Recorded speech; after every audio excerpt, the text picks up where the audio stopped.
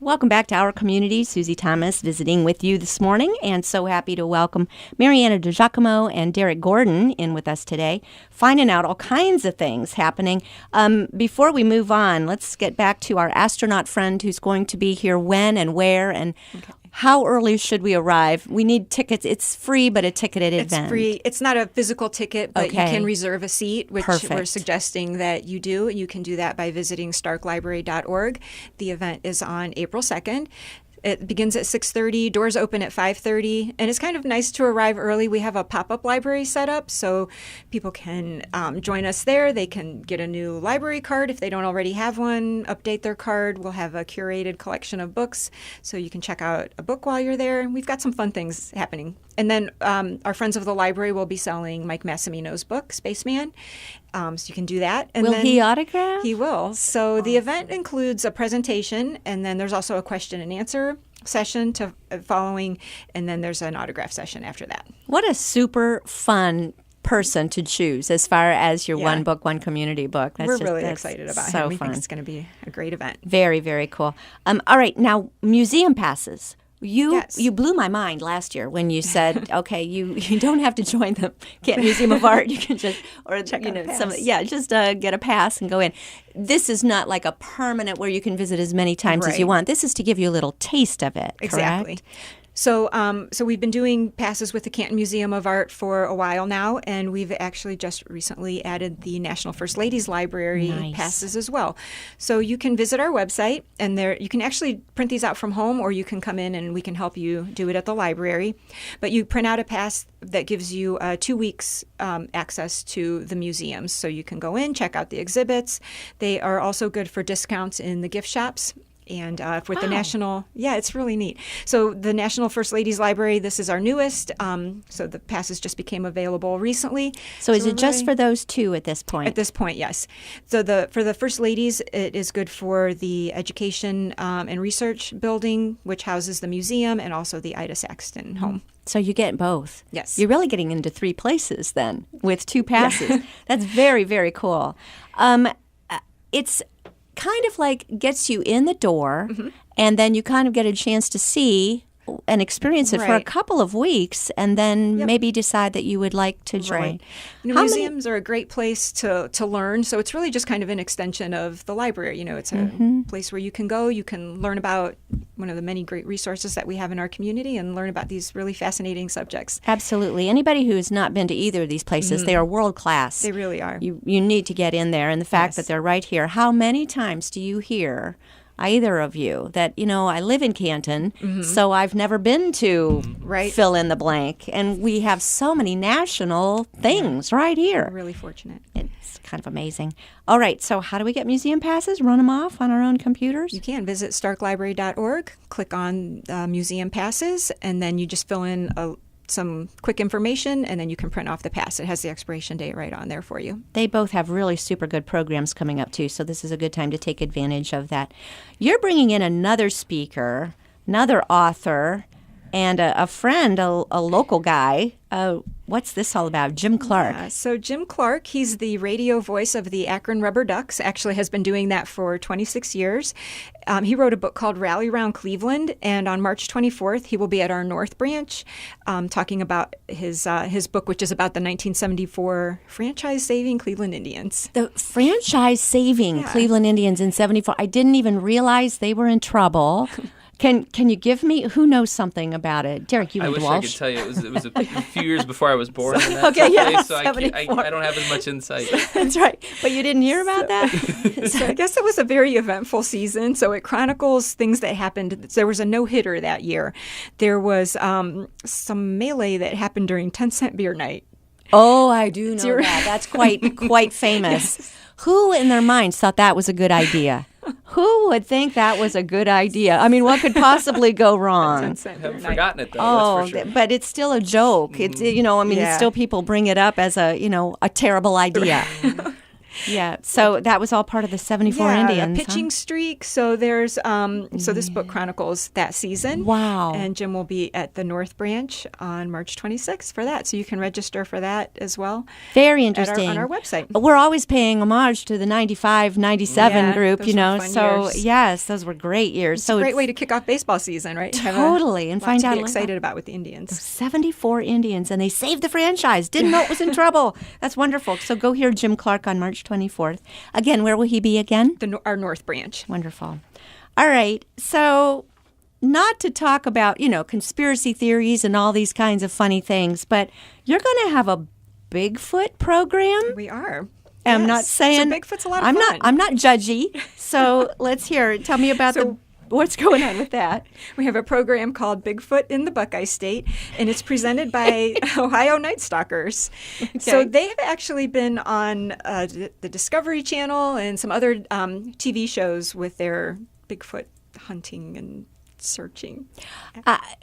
Is there a reason this is connected to Ohio in any way? Has someone seen Bigfoot or claimed to in Ohio? I think so. Is that right? Okay. So that's what we're going to find out. You come to the event and all of your Bigfoot questions will all be answered. That's right. Okay. I did get calls over when I worked at Malone. I got calls asking me what I knew about someone sighting it on the campus years and years ago, and all I could say was nothing. I know nothing about that. So evidently... It's really an interesting topic. Ohio must fit into the legend in some way. So it is an interesting topic, and you've got these real guys from Discovery. So hopefully that person really you cool. talked to is listening, so that way they can come and hear for themselves. Go find out. That's right. That's right. Okay, again, repeat, where and when? So that is Saturday, March 30th from noon to 2 p.m. at the main library. Main library. Awesome. What I love about the library is you have something to do with so many parts of our lives, including getting our garden started. Yes. So how do we do that? That's a fun thing that we've been doing for quite a few years. So our seed bank is now open, so you can visit our main library, and this is a program that's in partnership with the OSU Extension. You just come in, and we have free packets of seeds that you can use to start a garden. So there's all kinds of different varieties of vegetables. So it's a great way to think green and think about spring. And spend nothing on your seeds. That's right. Free seeds. So you can experiment if you think maybe, I've never tried green beans. I'd like to see how they grow in my backyard. You can try it out for free. See if the soil works out or not. Where do you keep all these seeds? So they're upstairs at the main library on the second floor. You can just stop in and ask us, and we will direct you there. And what containers do you keep them in? They're actually in an old card catalog. So it's really cool. You open up the catalog, and then you can flip through it and select your seeds. I love this about that. Was there a meeting where you were looking, you're saying, we've got these giant card catalogs and nothing to do with them. What could we use them for? Is that how that went down? Probably. Okay, because it's an amazing repurposing use of card catalogs. Yeah. They're full of seeds now. Yes. Very fun. Okay, also, kind of going along with Moon Man, you've got telescopes for use? Yeah, one of the many things we offer in terms of our library of things. We've talked about our Wi-Fi hotspots. We've talked about we have radon detectors. We have card diagnostic tools.